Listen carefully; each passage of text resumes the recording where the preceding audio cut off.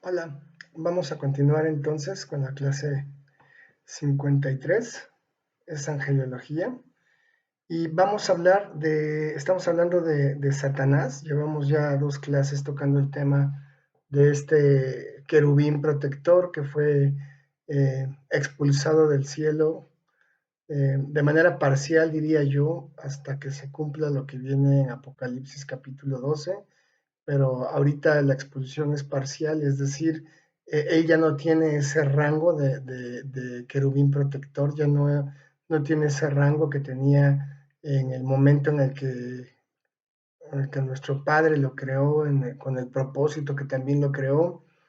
Y él, como lo he comentado con antelación, pues es un ángel que es caído, es alguien que fue creado, él tiene un destino ya marcado, una consecuencia de su soberbia, de su ego, de querer ser como Dios, y lo veremos en el reino nosotros cuando estemos con el Padre, cuando estemos adorando al Hijo y llenos del Espíritu, en el Espíritu, mejor dicho. Sin embargo, en esta caída parcial de la que estamos hablando, Satanás también ha tenido una participación muy activa en el Antiguo Testamento. Y lo comento porque siempre va a ser importante ver las manifestaciones que se manejan en los manuales y las manifestaciones que la misma escritura nos da. Si bien es cierto que Satanás es el padre de mentira y que ha influido de manera periódica, constante, sobre toda la creación y la raza humana, también es cierto que ha existido en todos los hombres de Dios y en cada uno de los que se mencionan en la Biblia, un temor por servir a Dios y por no servir a las tinieblas y por predicar, por dejar el llamado que Dios hace de los profetas hacia los hombres, ese llamado de conversión, esa intercesión de los sacerdotes y ese camino que llevaron en la iglesia primitiva tantos hombres hasta el día de hoy.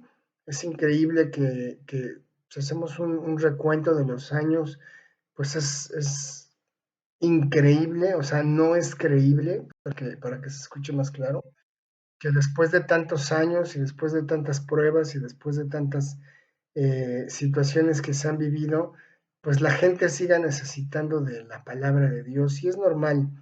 ¿Por qué razón? Porque acuérdense que son generaciones tras generaciones tras generaciones las que se van renovando.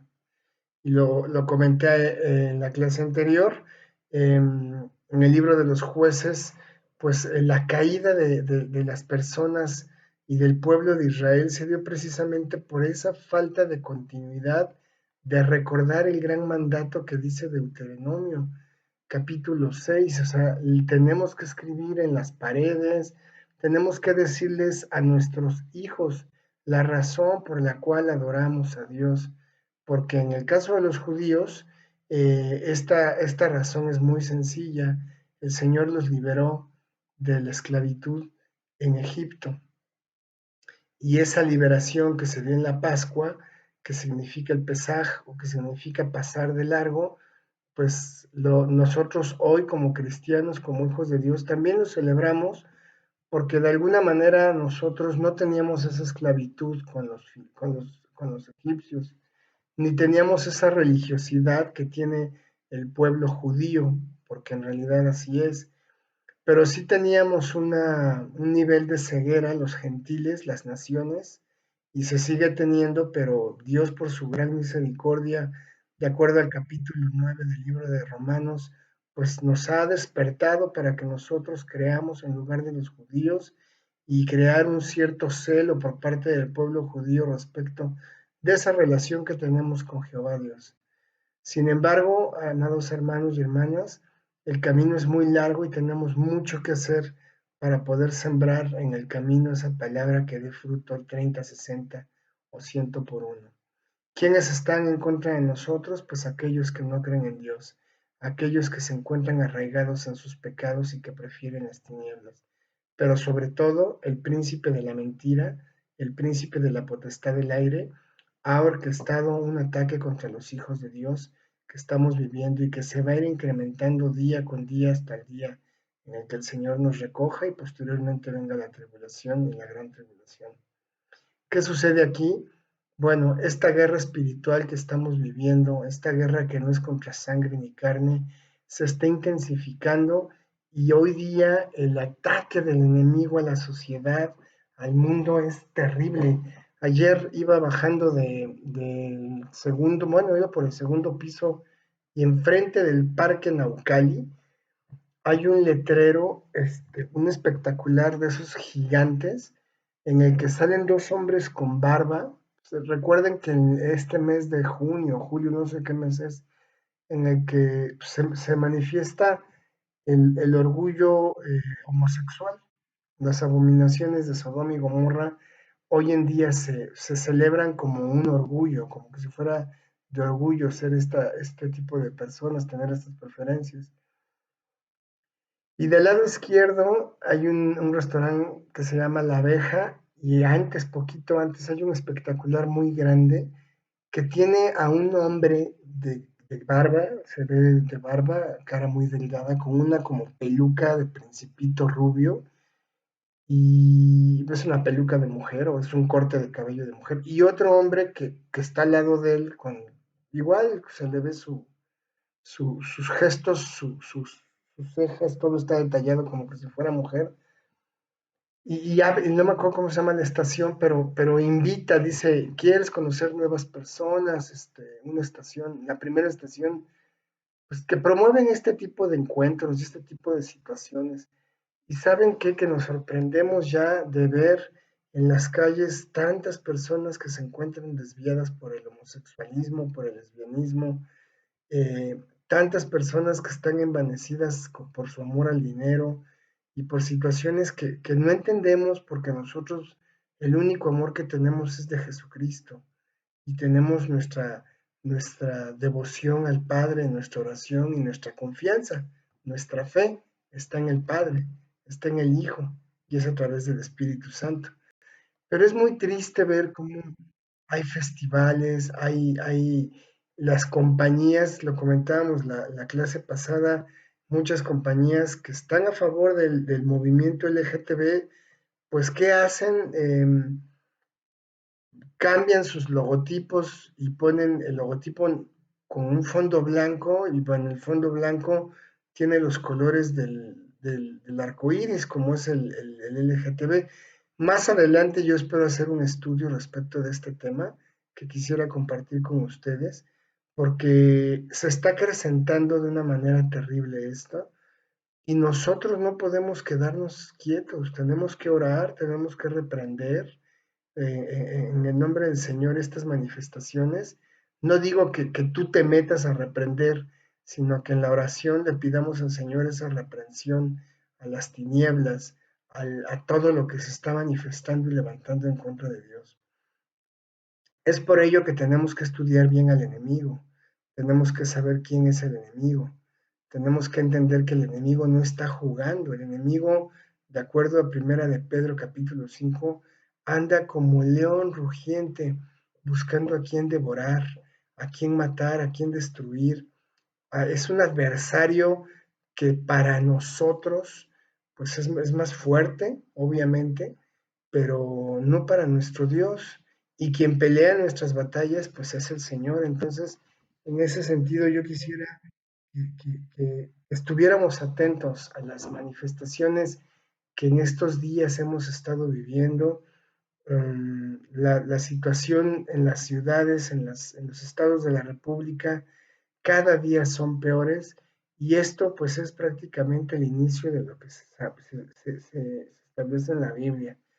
Por ello tenemos que darnos cuenta de que las huestes de maldad están obrando en la sociedad, están obrando en los niños, están obrando en los padres, en los hijos, en las madres, en los maestros, en los profesionistas, en la gente común también, pero lejos de ello lo que está sucediendo es que la gente se está endureciendo ante tanta maldad y tanta corrupción carnal, tanta situación de inmoralidad sexual y la gente se está realmente enfriando.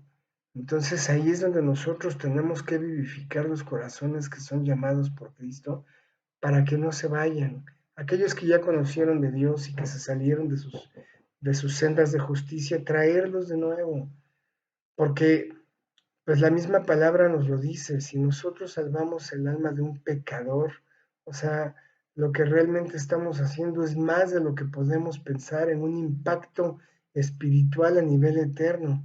Quizás tú y yo no nos demos cuenta, y en realidad no nos damos cuenta, porque nuestro modus operandi en cuanto a la fe, pues es muy común ya para ti, para mí, el predicar el Evangelio.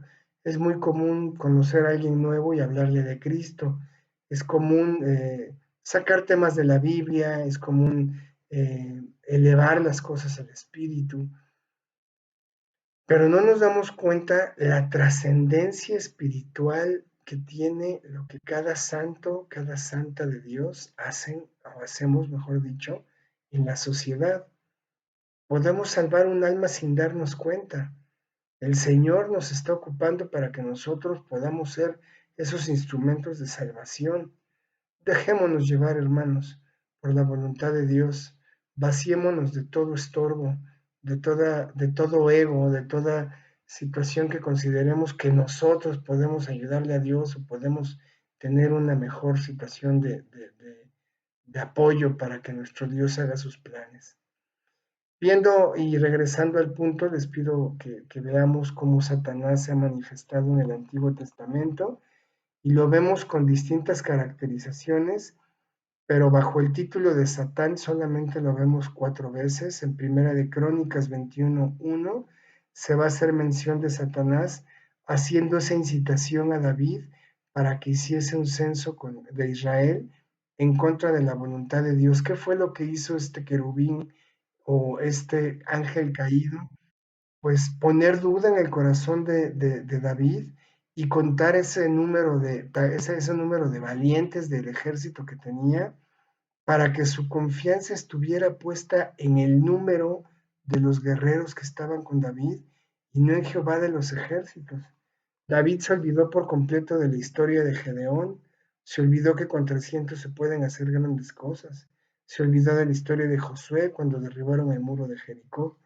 Y este tipo de situaciones son las que hacen que Jehová Dios, pues ustedes saben el desenlace de esta historia, cómo fue que actuó con, con, con, con David.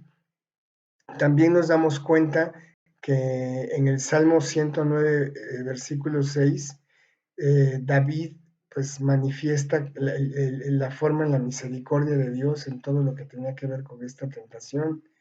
En Zacarías 3 podemos ver los designios satánicos, podemos ver en estos pasajes cómo hay juicios de Dios sobre los enemigos, sobre sus enemigos, y también nos vamos a dar cuenta de que Satanás resiste el propósito divino y busca que los hombres que lo siguen, los hombres que están vacíos de Dios, también tengan estas características.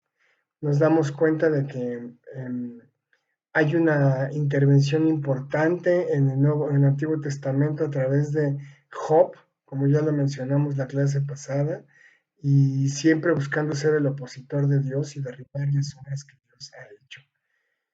Aquí encontramos que Satanás es mundialmente rebelde, y digo mundialmente porque su rebelión, su rebeldía, su oposición a Dios es en todo el mundo, es en todas las culturas, es en todas las personas, o sea, todos nacemos con esa negación de Dios, con esa situación de no querer seguir a Dios.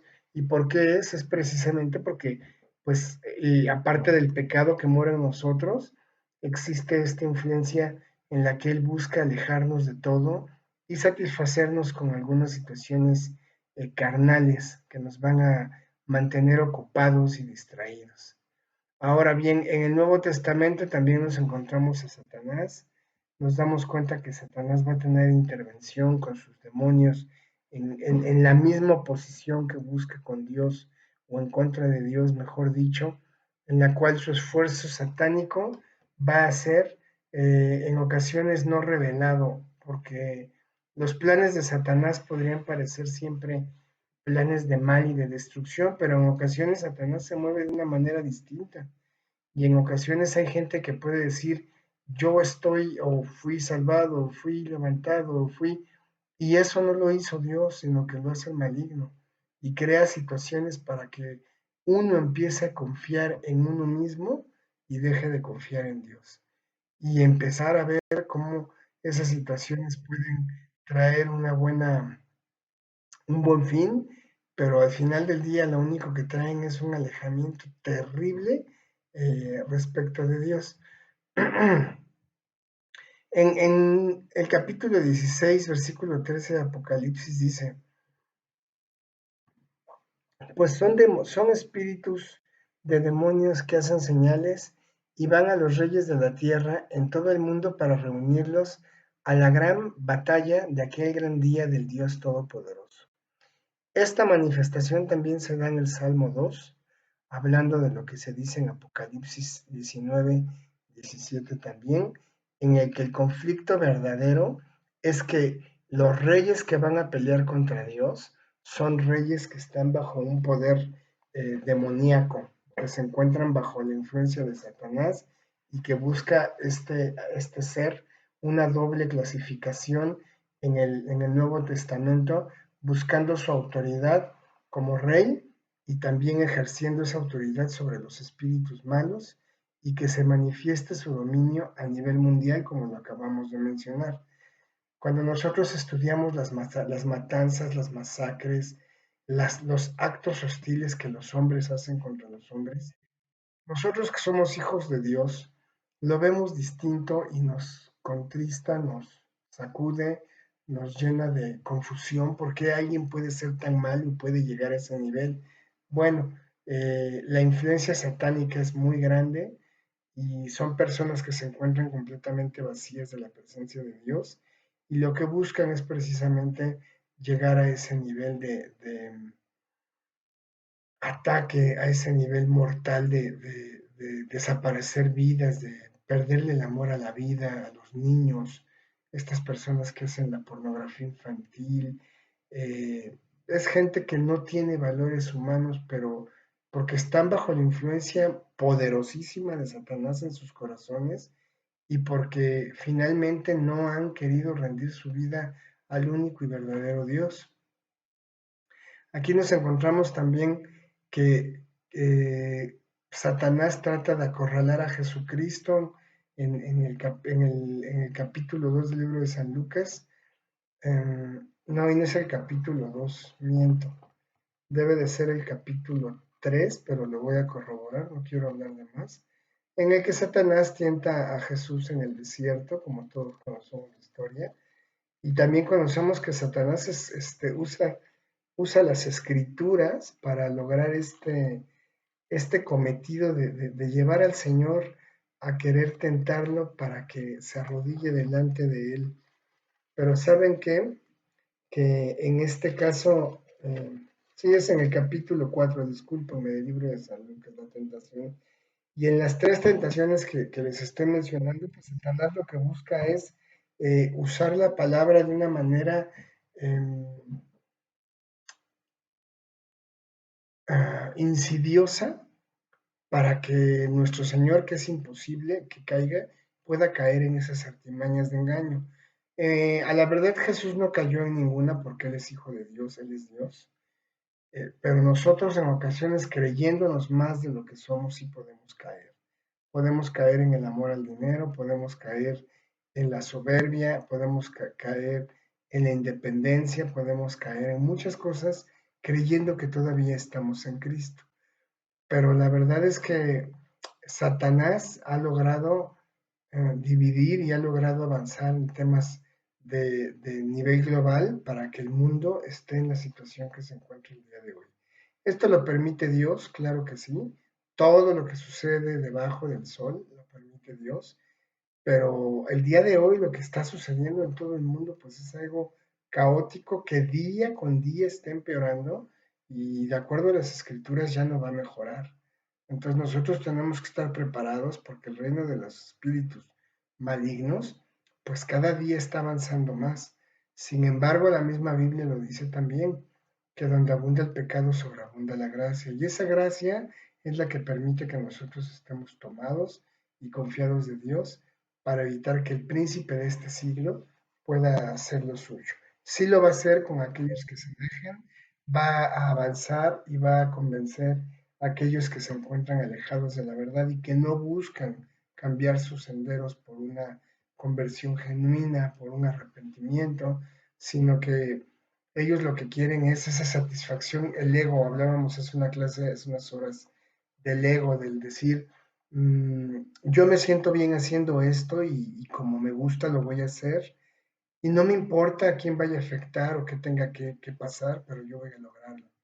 A través de mentiras, a través de manipulaciones, a través de situaciones hasta agresivas y de sangre, pero se logra. Nosotros a veces criticamos en la sociedad a los violadores, ¿no? Porque el violador lo que hace es someter a su víctima en contra de su voluntad y con fuerza física, hablando de una agresión sexual, ojo con esto, buscando el someter a su víctima sin importar las consecuencias. Si tiene que matar a su víctima para llegar al fin que él quiere, lo va a hacer. Y esto es lo que está sucediendo a nivel espiritual, que hasta donde tenga que llegar el maligno para que muchos caigan y sean apartados de la gracia de Dios, Él va a seguir actuando así. Y está en nosotros el cubrir a los nuestros, el cubrir a la gente que todavía no lo conoce y con la armadura salir a pelear la batalla de la fe. Ahí es donde el Señor nos ocupa y donde hace este tipo de situaciones. En la tentación de Satanás, de Jesús, que Satanás lo tienta, vemos que Satanás nos explica aquí Lucas que Satanás lleva a Jesús al pináculo del templo y le presenta unos panes y los hace como son piedras y las hace ver como panes. Quizás alguno diría que Satanás tiene poder para tomar y llevar o para transformar las cosas como nuestro Señor Jesús, pero en realidad todo lo que hace Satanás lo hace dentro de la mente. Por eso es que en ocasiones, y Jesús lo dijo bien claro, cualquiera que codicia a una mujer ya adulteró con ella, porque el pecado, hermanos, se da en la mente, no se da en el cuerpo. Desde el momento en el que alguien lo piensa, desde el momento en el que dice claramente Santiago, ¿no? O sea, que el pecado va a concebir, se va a concebir a través de una atracción y de una seducción. O sea, el hombre va a ser llevado a una atracción y una seducción que lo lleva al pecado y el pecado va a ser primeramente concebido a través del sometimiento de la mente a hacer algo indebido. Me voy a ir al capítulo 5 del libro de Santiago, si mal no recuerdo, para entenderlo, y no para entenderlo, sino para desarrollarlo. Mm, ah, ah, ah.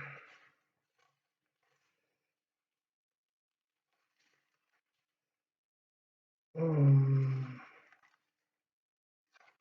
Discúlpenme que estoy perdiendo unos segundos valiosísimos de nuestra clase.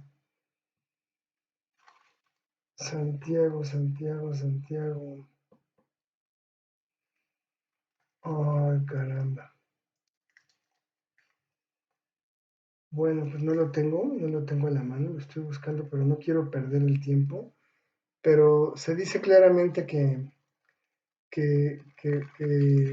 pues el hombre es vencido en esa tentación y la tentación va a concebir al pecado y cuando el pecado es concebido va a concebir, va a dar muerte.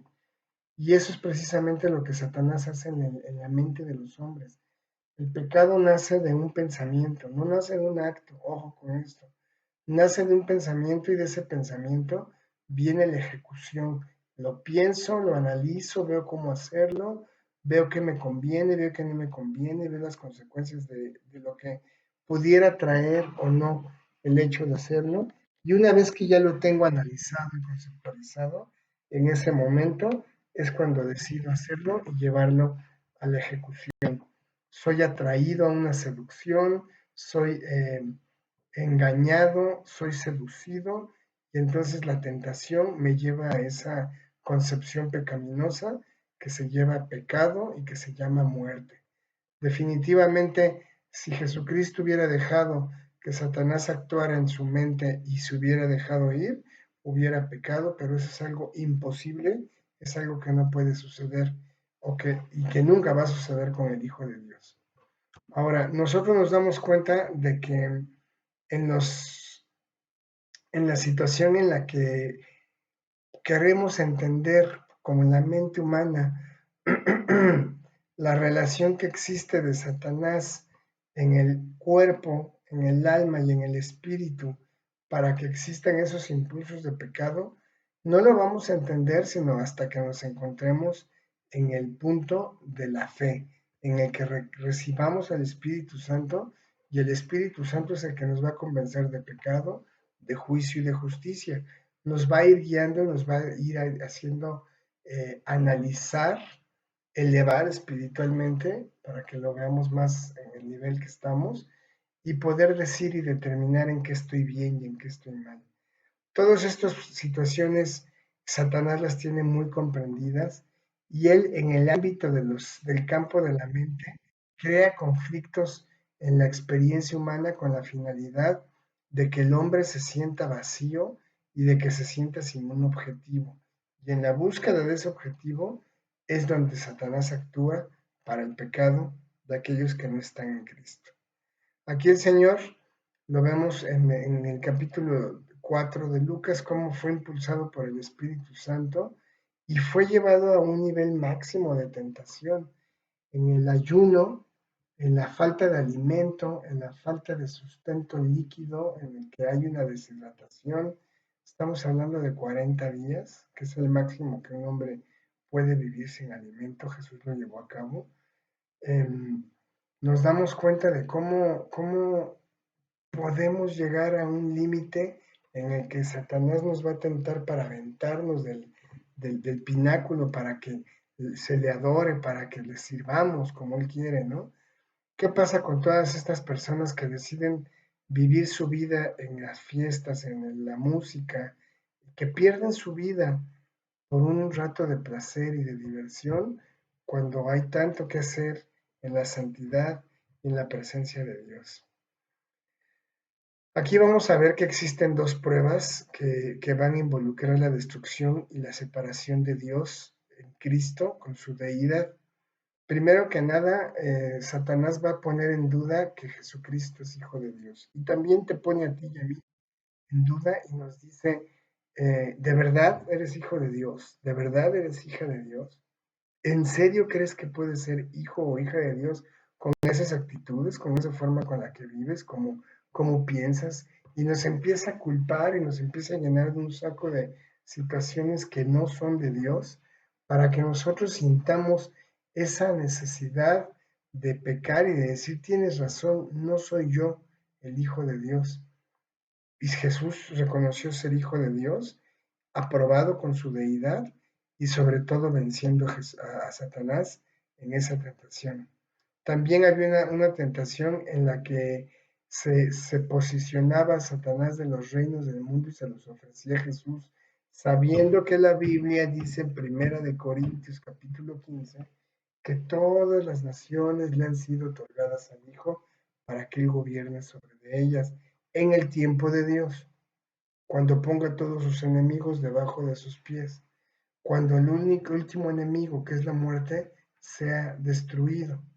Entonces Satanás esa parte la dejó pasar y le quiso ofrecer a Jesucristo todos los reinos, diciéndole que él podía tenerlos y podía ser el, el, el gobernante de estos reinos. Hay una tercera tentación también que vemos en el recibir un reconocimiento de parte del pueblo sin los sufrimientos y una vergüenza, sino que Jesús, Jesús tuvo que humillarse. La situación de Jesús fue humillarse delante de Dios, pero también delante del pueblo, porque, perdón, Recordemos que la muerte de Jesús no fue una muerte en un juicio común y corriente. A Jesús lo llevaron al límite corporal, lo humillaron al máximo para que pudiera hacer esto, para que pudiera ser glorificado, dice Filipenses 2:5, y estando en la condición de hombre, se hizo obediente hasta la muerte y muerte de cruz. O sea, se humilló en una condición de hombre, se humilló al nivel más bajo, siendo Dios, para poder llegar a la muerte y muerte de cruz. Y por lo mismo dice la misma escritura, por lo cual también Dios lo exaltó hasta lo sumo y le dio un nombre que es sobre todo nombre. Y ese nombre es para que toda rodilla de los que están en los cielos, en la tierra y debajo de la tierra se doble, y sobre todo para que toda lengua confiese que Jesucristo es el Señor, para gloria del Dios Padre. Y entendemos estas tentaciones que nos están diciendo lo que Jesús tuvo que pasar, son subsecuentes, son atracciones que cualquier ser humano hubiera aceptado. Pero dice la misma Biblia que cuando lo dejó, cuando terminaron las tentaciones, lo dejó por un tiempo, lo cual quiere decir que siguió tentando. Después vamos a ver que Satanás es juzgado en la cruz, porque en el próximo evento que nos damos que vamos a notar es el juicio de Satanás y de todos los espíritus que le siguen. ¿Por qué razón? Porque en este caso la muerte de Jesús trató con el pecado como principio y como la totalidad de todo lo que Jesús vino a hacer. Fue un privilegio para Jesús el poder morir y haber clavado en la cruz la carne y el pecado. Sin embargo, lo que Jesús alcanzó, Satanás no lo ha visto como algo infinito y eterno, sino él cree que todavía puede hacer algo para arrebatarle a Cristo el reino y todo lo que él hizo en la eternidad pasada. En el capítulo 1 del libro de Colosenses, del 15 al 18, se le va a atribuir al Padre de toda la creación y enseña que la preeminencia es en Cristo Jesús, por lo tanto dice, agradó al Padre que él habitase en toda plenitud y por medio de él reconciliar todas las cosas, las que están en los cielos como las que están en la tierra. Y este término de reconciliación o de restauración tiene mucho que ver con la salvación de las almas y su significado es el cambio total, un cambio definitivo, un cambio que no trae una vuelta o una retroacción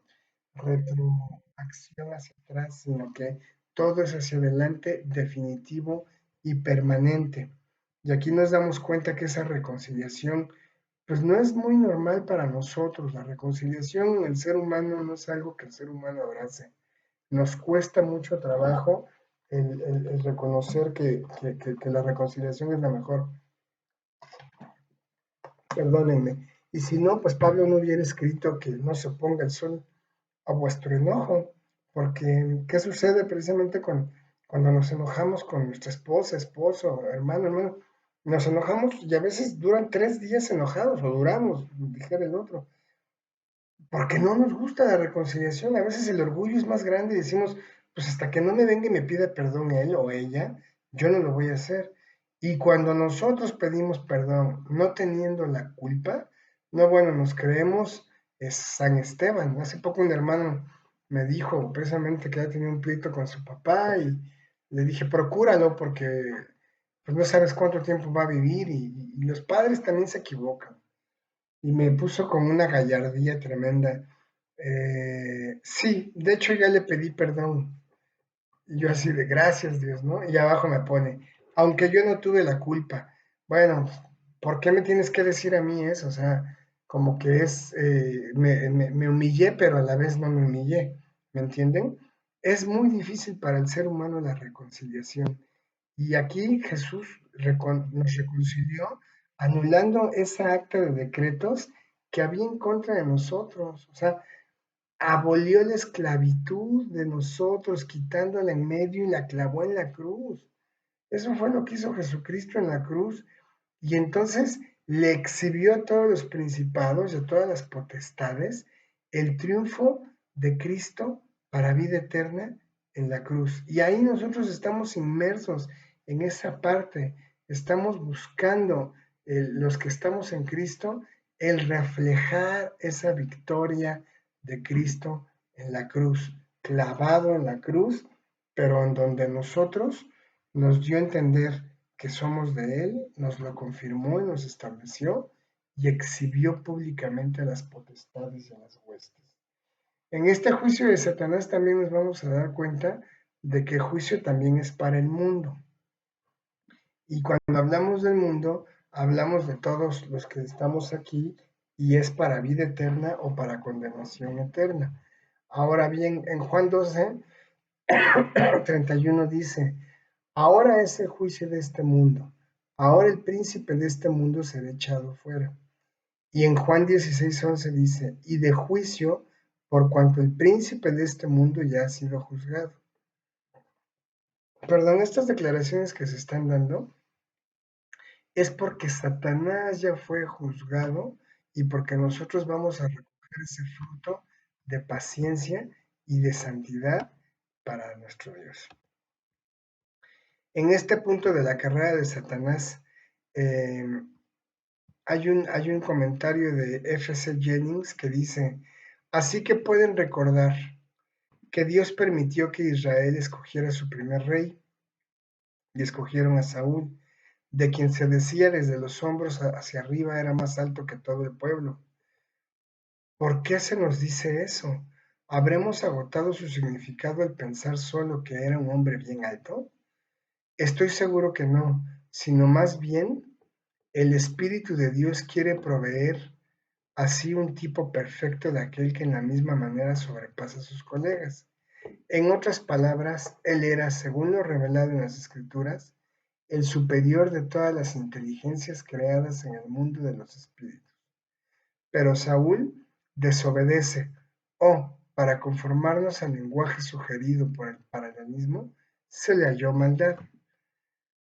Y esta parte que se le halló maldad es igual a Ezequiel 28:15 con el querubín protector, o con el lucero de la mañana, o con Satanás. Y fue removido de su oficio real, le fue rasgado de él el reino, y entonces Dios ungió para sí otro rey, un rey pastor, David. Ahora, no hay nadie eh, que pueda asegurar o aseverar que Saúl era el opositor de Cristo.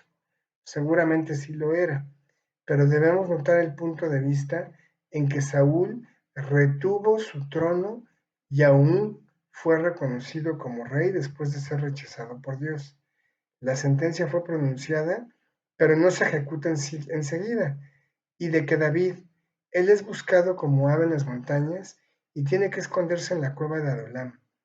Dios no intervino enseguida para quitarle a Saúl su dignidad de rey, aunque en verdad él había perdido el derecho, el que le fue dado a David, el poder es de Saúl y el título ahora es de David.